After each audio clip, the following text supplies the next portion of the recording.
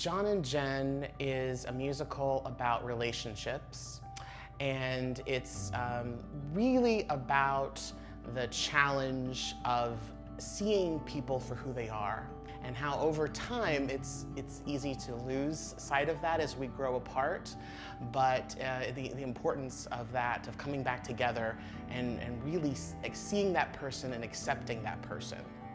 I think what makes this story relatable is that we all have people that we have been close to at one point or another in our lives, and we grow apart, whether we have differences, disagreements, falling out, whatever. And we sometimes forget why we were close to begin with. I think what this play does is it reminds us to reconnect and find those things that are similar, find the areas that we can agree on and that we can come together. Jen's story is the through line, and I would say she grows and changes the most by allowing herself to be vulnerable, and really allowing herself to let her guard down and stop being so protected and guarded against change.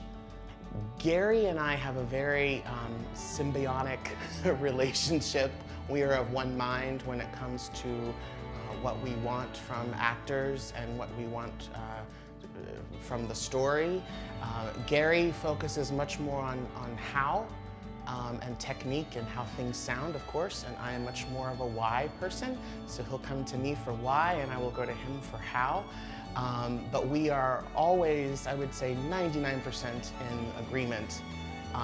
Without even checking in, we just know what the other one is looking for.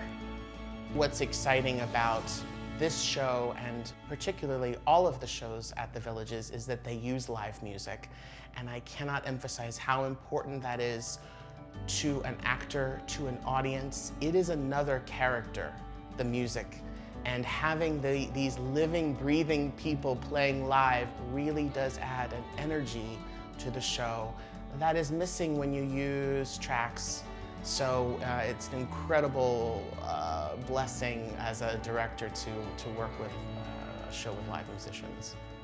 I hope that audiences go away feeling reflective of their own lives, much like The Story of My Life, which was the last musical I directed at the studio.